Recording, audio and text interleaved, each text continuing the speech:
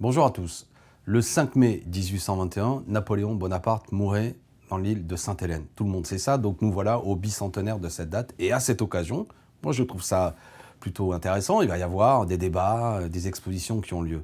Donc le problème n'est pas d'empêcher qu'on parle de Napoléon Bonaparte, il fait partie de notre histoire nationale, mais il est important en 2021 de bien comprendre le rôle qu'il a joué dans un moment particulier de notre histoire de France. Et moi je considère que l'arrivée au pouvoir de Napoléon Bonaparte, d'abord comme premier consul en 1799, puis après quand il se fait sacrer empereur, est une rupture par rapport à la dynamique révolutionnaire qui s'est ouverte en 1789. Je l'ai dit, pour moi, il est le fossoyeur de la République. La République a été proclamée en 1792, et la République, ça n'est pas l'Empire. La République, c'est pas une noblesse d'Empire, qui pourtant, la noblesse avait été abolie sous la Révolution française. La République, c'est la souveraineté populaire. C'est pas le pouvoir concentré sur un seul. Alors c'est ça qu'il y a d'intéressant dans le moment qui vient, c'est l'utilisation politique de l'histoire sans doute par Emmanuel Macron. Parler d'histoire, se passionner d'histoire, transmettre cette histoire, en faire des outils pour le combat de demain, oui, sans aucun doute. Mais quand le président de la République s'exprime, il parle au nom de la République. Et pour moi, Napoléon Bonaparte n'est pas un homme qui fait partie du panthéon, si je puis dire, des grandes figures républicaines dont il faut s'inspirer. Mais il est celui qui, en incarnant une figure particulière de la vie politique, nous pose problème. C'est le bonapartisme. Le bonapartisme hante encore la vie politique française. Le bonapartisme, c'est quoi? C'est quand, dans des moments de crise, quand précisément, tel qu'on le rencontre aujourd'hui, le sentiment que le pouvoir politique ne sert pas à grand-chose, ce sentiment qu'il y a toute une série de difficultés qui ne sont pas réglées, que la démocratie est en doute, qu'elle ne servirait pas à grand-chose, qu'elle est impuissante, eh bien, il y a cette idée, qui est souvent portée bien sûr par des courants politiques que vous connaissez, qu'il faut un sauveur. Souvent c'est un homme, souvent c'est quelqu'un qui a un lien avec le pouvoir militaire, qui par sa poigne, par son horizon éclairé, va pouvoir régler les problèmes du pays. C'est souvent arrivé dans notre histoire nationale. C'est déjà ça qui arrive avec Napoléon Bonaparte, en 1799, dans un moment trouble, où les monarchistes veulent reprendre le pouvoir, mais aussi il y a les néo-jacobins qui n'ont pas baissé totalement la garde, si je puis dire, qui veulent que les promesses républicaines, sociales de la Révolution française soient accomplies. Il y a ce moment trouble qu'on appelle le directoire, qui ne règle pas les problèmes. Bon, il y a Napoléon Bonaparte qui est porté au pouvoir par un groupe d'hommes qui pensent qu'ils vont le manipuler, puis après qui en fera cet empire. Ça, c'est le bonapartisme. Un personnage comme ça, auréolé d'une gloire militaire qu'aurait remporté Napoléon Bonaparte, qui d'un seul coup va, lui, exercer un pouvoir politique très particulier. Sous Napoléon Bonaparte, c'est la censure de la presse, très clairement.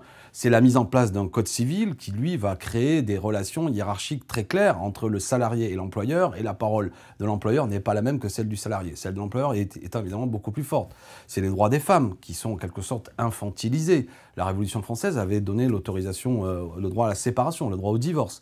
Dans le Code civil, clairement, ce droit est surtout entre les mains du mari. Les enfants naturels avaient des droits pendant la Révolution française, ils les perdent dans ce Code civil.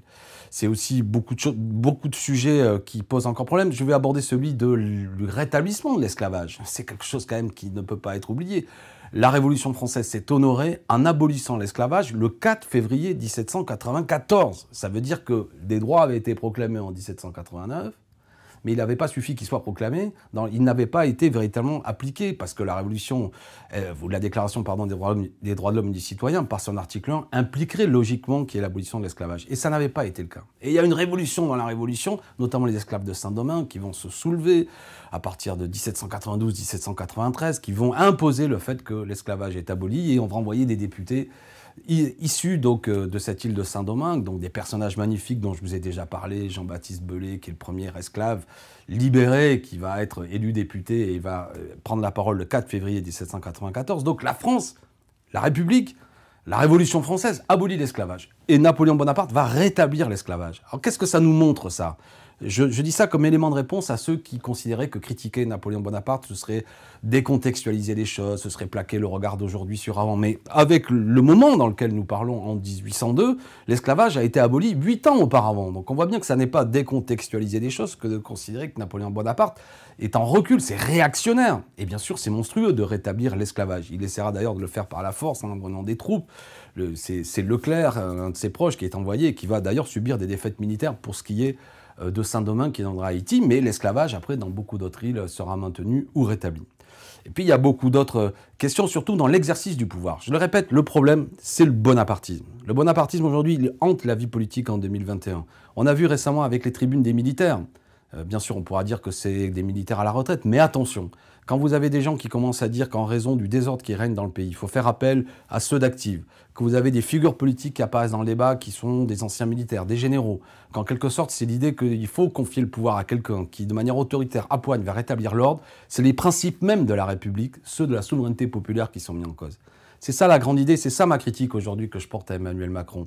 Gare à ceux qui veulent utiliser la figure de Napoléon Bonaparte pour dire qu'il y aurait en quelque sorte une actualité dans le bonapartisme. Vous savez, avant la Révolution française, on avait la souveraineté du roi, souveraineté héréditaire. La Révolution française, il y a l'idée de république dont je me réclame, c'est la souveraineté populaire qui doit s'exprimer dans des institutions populaires. Et le bonapartisme, c'est le César, c'est une nouvelle forme de souveraineté, celle du personnage qui, par sa grandeur en quelque sorte, peut exercer le pouvoir. Et c'est contre ça qu'il faut combattre aujourd'hui. Nous, tout pour le peuple. C'est ça qu'il faut garder en mémoire. Le moteur de l'histoire, celui qui est l'acteur, c'est le peuple, qui doit avoir des institutions démocratiques. Et la République doit être l'expression de cette recherche permanente du peuple. Donc vous voyez, connaître l'histoire de France, c'est être lucide par rapport à Napoléon Bonaparte et se méfier de cette nostalgie en quelque sorte autoritaire qui planerait sur la vie politique.